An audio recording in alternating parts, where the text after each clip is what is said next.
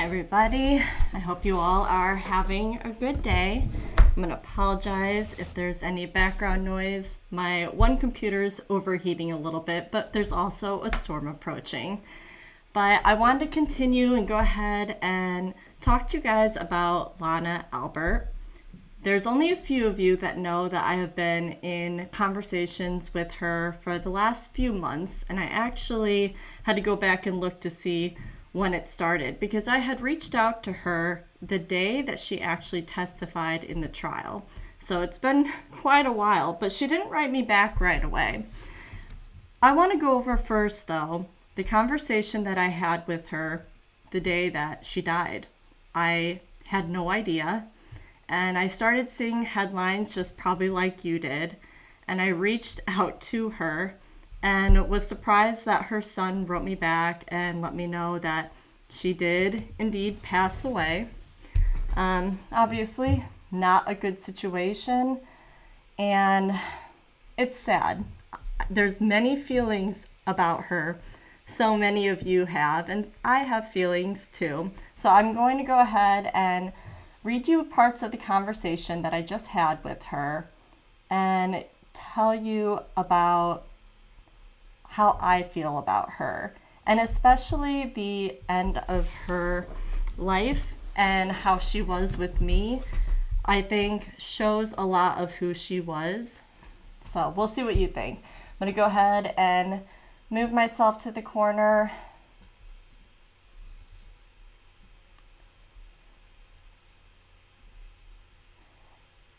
And so the way that I have this set up is that I'm going to have the text, and if you can't read it, I'll read it for you.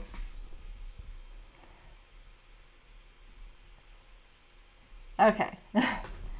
So, like I said, I'm going to read it for you. I have it on my other computer just so I can see. My other computer is too far away. But so I wrote her the other day, and like I said, our text had been going back and forth for a while. But specifically, I had been getting so many messages from you guys talking about how there's another channel that had been going through her text messages or maybe just internet messages, and I was brought up in that between her and Sarah talking about me. So I said, hey there, I'm just writing you because I want to give you a heads up that Tanika's channel must be still going over messages, texts for Sarah Boone. I have yet to watch any, but today a lot of my subscribers were writing me saying that my channel was talked about. I'm going to be peeking over there at some point. I may do a video around that, but I won't post or say anything about us talking on here. And obviously, if you have any comments surrounding that you want me to include, let me know. I still haven't gone and watched it. I have not been keeping up with her channel, been working on other things. I really appreciate you guys that have been writing me, letting me know. So that is how far I got into all of that, was just hearing about it, writing her. And she responded back saying, hi Katrina, I actually wasn't there when it went live and I have not gotten a chance to watch a replay yet. It's very painful, embarrassing for me to relive it again, as well as I wanted to let people react without having to be polite. A lot of people think that just because I was friends with Sarah meant that I was a scumbag myself. That is quite painful. I'm ready to get down off of the emotional pillory once the texts are done. So I respond back.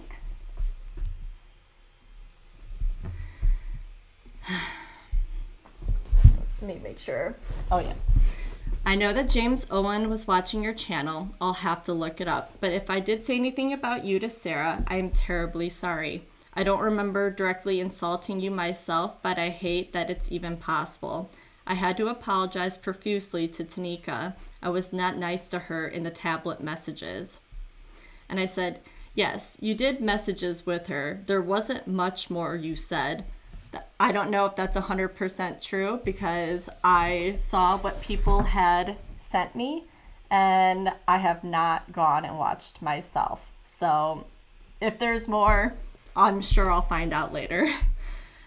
She asked if she insulted me. Oh my God. I said, LMAO, no. Like I said, not that I've seen anyway. She said, Sarah viewed everyone on YouTube as the enemy. And I said, well, not that I know of, but it's okay even if you did.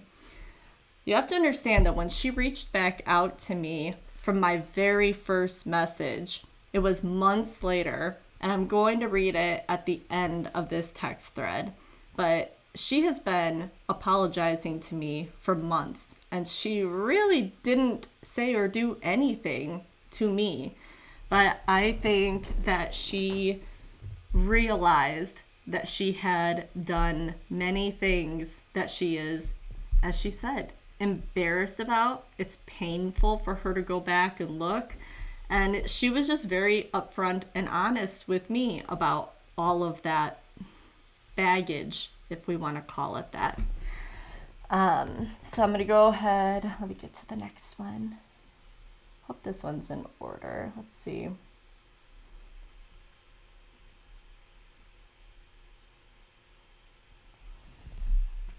Okay.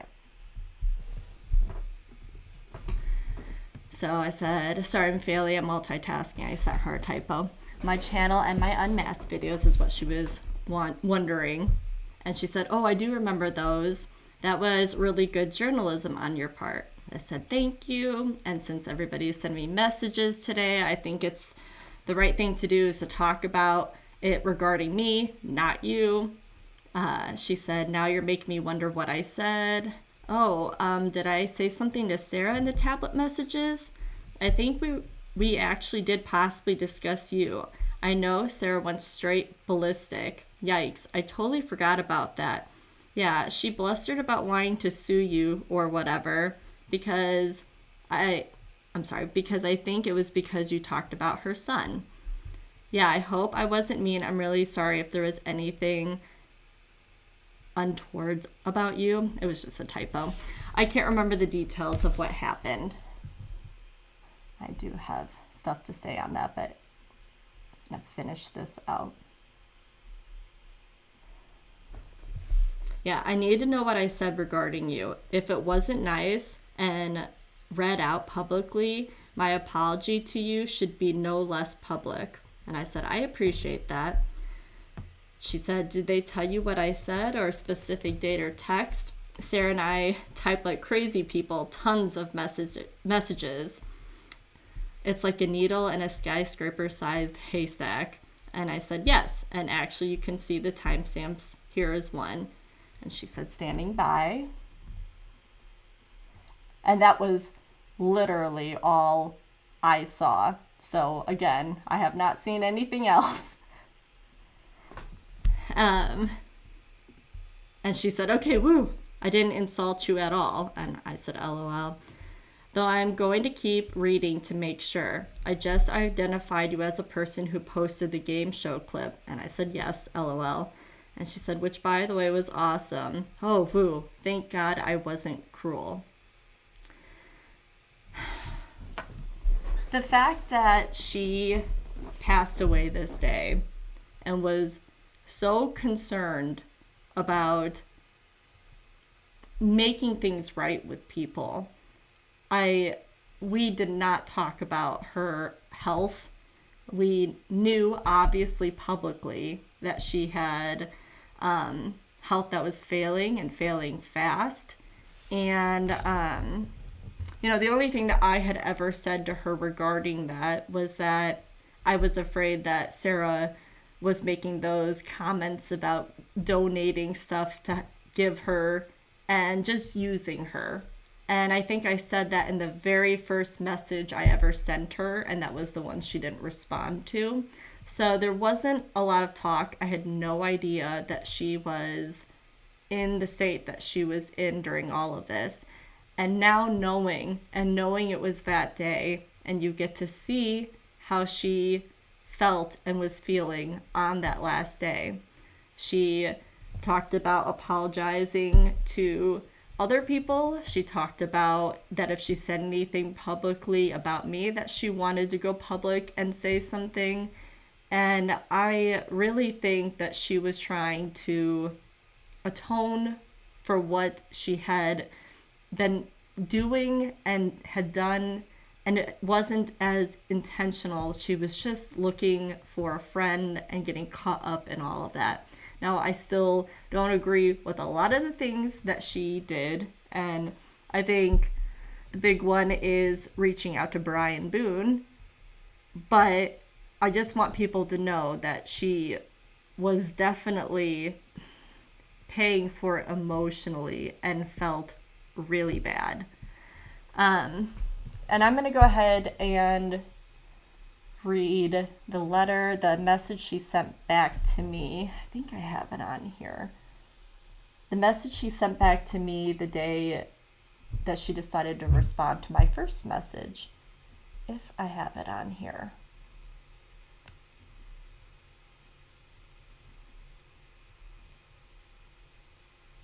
If not, I'll read it over here. I do see some of you are commenting. Sorry, failing at multitasking. I think I say that a lot. Okay. Maybe I'll just summarize it for the moment. I've been very careful about what I'm putting on here. She never asked me not to post anything. I just took that upon myself because the amount of hate mail that she was getting has been a lot. So I didn't want to add to it. If there was anything that was of interest or anything like that, I knew I would ask her, and that day is the day that I decided to ask her. So yeah, it's a lot. It's a lot of emotions and processing things, and I hope that in some way people can see she made poor choices. It doesn't mean that defines who she was, and she was trying to make the right choices later. Okay, I'm going to read it to you. So she wrote me April 10th, 2025. So we've been talking not for super long. And it says, "Hello, Katrina. I didn't see this right away," responding to the message I sent her the day of the trial. "I am not so sure I want to speak public about Sarah, but I want you to know 2 things. 1, I am sorry I didn't see this when you sent this. 2, I admire your research and your deep dive skills. I'm truly sorry that Sarah was so cruel to you in her response. I can tell you, even though I am not a fan of posting or involving her family," is basically how she said that. I'm going to be careful so I don't rile anybody up. Basically, she feels horrible that she helped stir things up and more people got brought to light that maybe she should have left alone. I think she was meaning Brian Boone in that. She said again, she admires my research skills, and I have no doubt you will find out what you are interested in knowing. Good luck. One more thing, I am no longer in contact with Sarah." Also, she wrote me again later. She wrote me about an hour and a half later after that message. She saw one of my videos about a girl who wrote me and informed me as to who it was and what was going on with that situation, which made me feel a lot better because if some of you saw that video, I was very caught off guard by this girl that randomly wrote me, and you can go back in my videos and see that.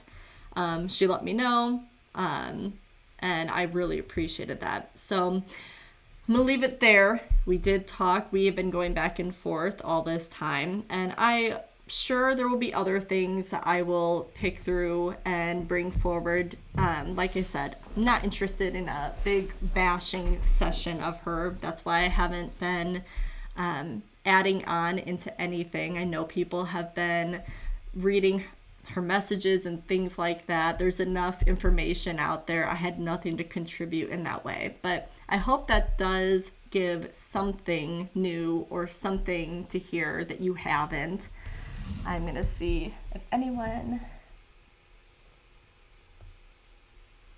Thank you, pretend judge. Yes.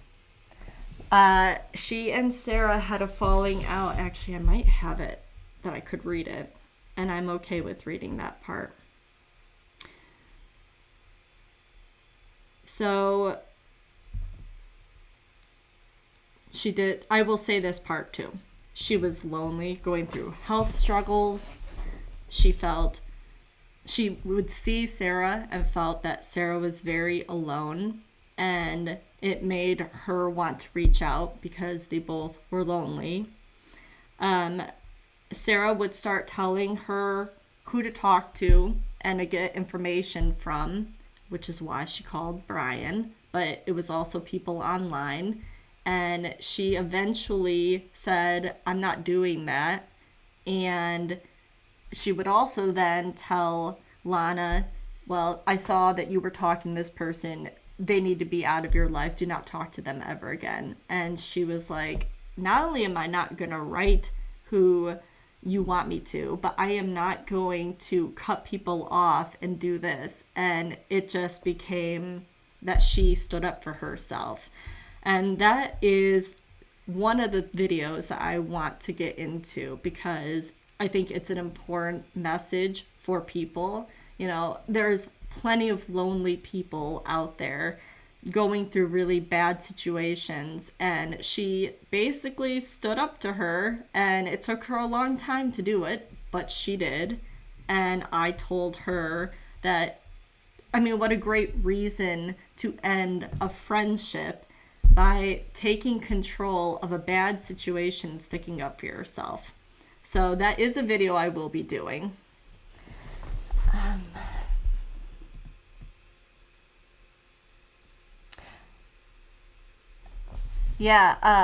Tony. Yeah, so I thought she was an Australian girl, and I showed this screenshot of her, and I have since then learned maybe not. According to Lana, she knows who she is. I haven't done research into her. I've let that go for now. I did not appreciate that girl though. Not happy. So yeah, I will be getting into other things. I think that there's a lot of benefit and good things for people to hear in general. So we will get into it more. And like I said, Lana never ever said, oh, don't tell people what I'm saying, or don't tell people about our conversation. Nothing like that ever. I just didn't want to add to it. I want to add good things if I can, because the Sarah Boone situation is basically all just bad. But yeah, I think there is some good with this, and I'll be working on it. I'll be picking through it all. There's a lot of context, so I have to go through a lot of it, but I'll take the time.